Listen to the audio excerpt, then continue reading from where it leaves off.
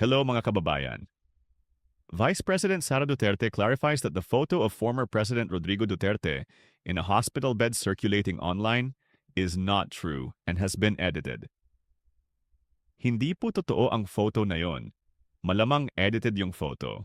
Wala po siya sa hospital ng detention unit. Nandoon po siya sa regular wing ng detention unit. At kanina naglalakad naman siyang mag-isa, may dala-dala siyang tungkod. So, clearly wala siyang sakit. News update from the Philippines.